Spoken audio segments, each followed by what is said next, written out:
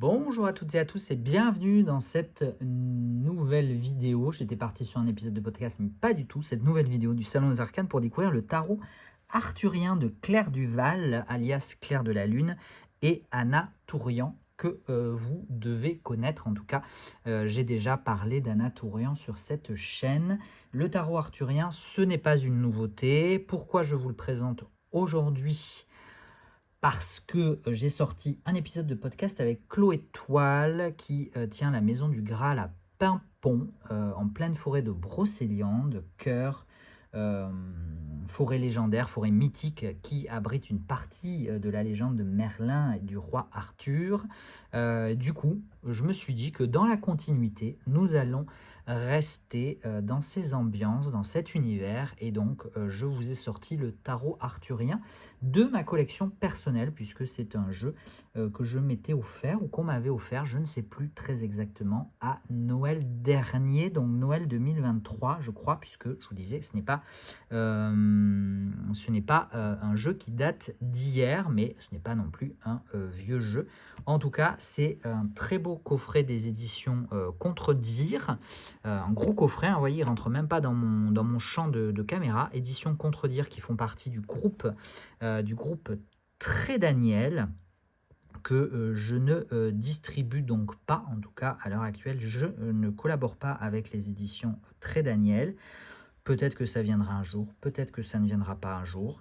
En tout cas, c'est un jeu du coup que vous pouvez retrouver un petit peu partout, voilà, au prix affiché de 34,90 €.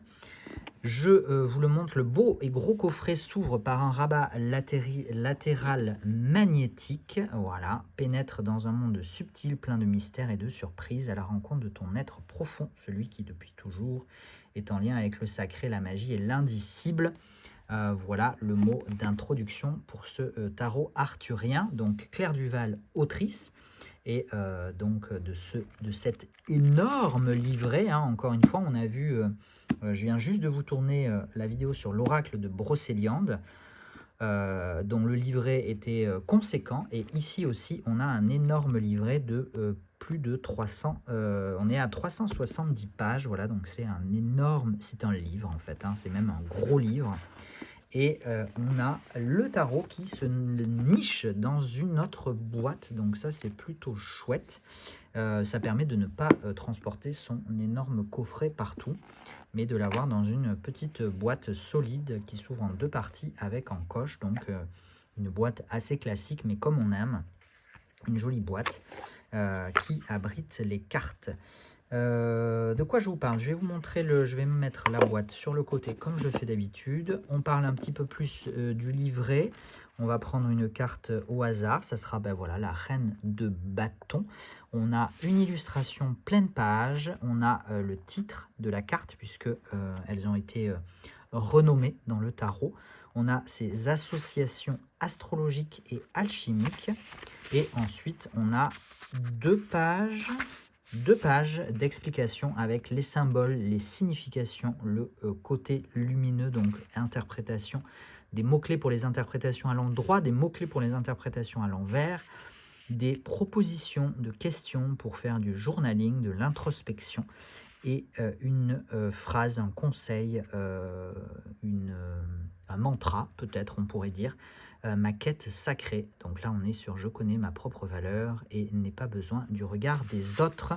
Voilà pour la reine de bâton. Et donc, on a ça pour les 78 cartes de ce tarot, puisque c'est un tarot, je le rappelle, comme son nom l'indique. Damoiselle de denier, chevalier de denier, donc c'est les personnages de cours sont classés du roi à la demoiselle. On a une bibliographie et ça c'est important, c'est gage quand même de sérieux et de qualité. Lorsqu'on a une bibliographie dans un livret, on a une page de remerciements, une biographie de l'autrice et de l'illustratrice. Et en introduction, j'ai vu qu'on avait des associations de dates. Je pense que ça a un lien peut-être avec carte personnalisée, carte de la destinée. On a plusieurs propositions de tirage. On a une petite introduction, voilà, comme et un bon sommaire pour s'y retrouver. En tout cas, c'est un très beau, très qualitatif, très complet énorme livret d'interprétation. On pourrait même enlever le T à livret et juste dire livre. Au niveau des cartes, elles ont des tranches dorées. Voilà, bon, c'est pas ce que je préfère. Je trouve que ça s'insère pas particulièrement. Alors oui, ça va quand même assez bien avec la palette couleur et le style d'Anatolian. Mais est-ce que c'était véritablement nécessaire? Je ne suis pas sûr. C'est pas désagréable, c'est assez élégant quand même, mais c'est jamais ce que je préfère. Ça a en plus souvent tendance à s'abîmer vite. Comme vous le voyez, moi je n'ai jamais utilisé mon jeu, mais je vais l'utiliser pour faire un tirage juste après cette vidéo. C'est pour ça aussi que j'en profite pour vous tourner la présentation avant. On reconnaît, je me demande si on n'a pas déjà eu, ou alors je confonds, j'ai l'impression d'avoir déjà vu des dos de deck similaires chez Anatolian. Au niveau de la qualité, on est quand même sur une qualité, alors on est sur un fini mat et lisse, mais avec ce petit toucher cartonné, donc plutôt pas mal. Enfin moi j'aime bien, c'est une finition que j'aime bien. Et en termes de grammage, eh bien, écoutez, je trouve que c'est pas trop mal, hein. Franchement, pour un jeu de grande distribution, alors certes, c'est un jeu à 35 €, hein, donc pour une grande distribution, c'est quand même un prix assez conséquent, qu'on peut essayer de justifier, hein, bien évidemment que les éditeurs ont des arguments, l'augmentation du coût des matières premières, etc. Il y a un énorme livret, donc j'ose espérer que la rémunération en droit d'auteur et de l'illustratrice Anatolian sont plutôt, j'espère que leur rémunération à Claire et à Anatolian, Claire Duval et Anatolian sont plutôt généreuses, je l'espère, hein, je n'en sais rien, hein, je ne suis pas dans le secret des dieux. Donc voilà, on pourrait continuer, c'est un autre débat. Mais franchement, je trouve que la qualité des cartes est au rendez-vous pour un tel jeu. C'est plutôt agréable d'avoir un tarot de grande distribution de cette qualité, de cette finition-là. Je suis parti dans la présentation des cartes. Style très reconnaissable d'Anatolian. Si jamais le nom ne vous dit rien, je pourrais vous citer notamment le Tarot of the Abyss, Tarot of Echoes. Il y en a eu d'autres. Il y a eu d'autres oracles. Il y a eu d'autres tarots. Je ne vous les citerai pas tous. J'en ai eu en version indépendante en boutique dans le Salon des Arcanes. J'ai eu aussi, j'ai toujours le Tarot of the Abyss qui est un grand classique aussi chez les éditions US Games.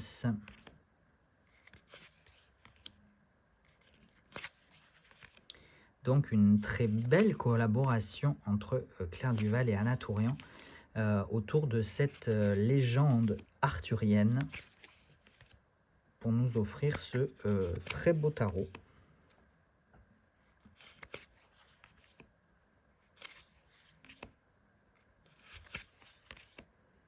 Avec évidemment pour chaque carte ses associations, ses correspondances avec la légende arthurienne. Tout ça, vous le retrouvez bien évidemment dans le livre d'interprétation.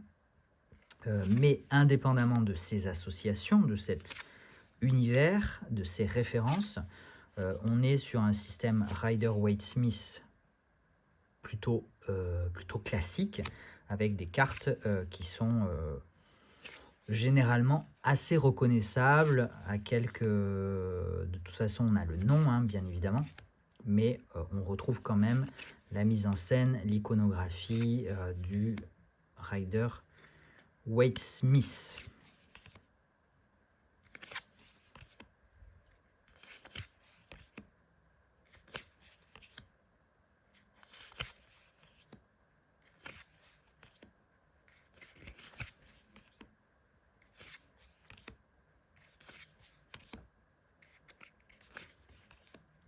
Avec les tranches dorées, certaines cartes accrochent un tout petit peu entre elles au début, mais ça se détache assez facilement. Puis une fois que ça sera mélangé une fois ou deux, il n'y paraîtra plus rien.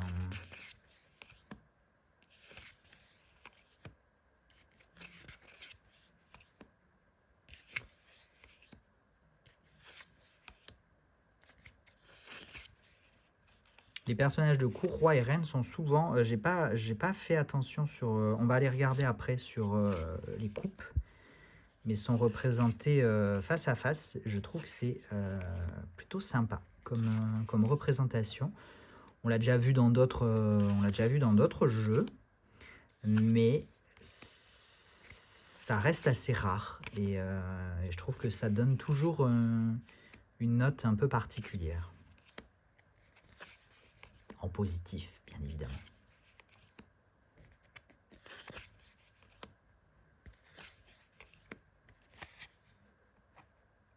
Alors, non.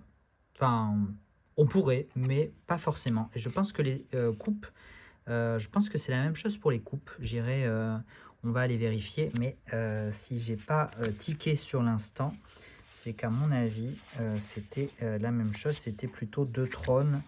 Oui.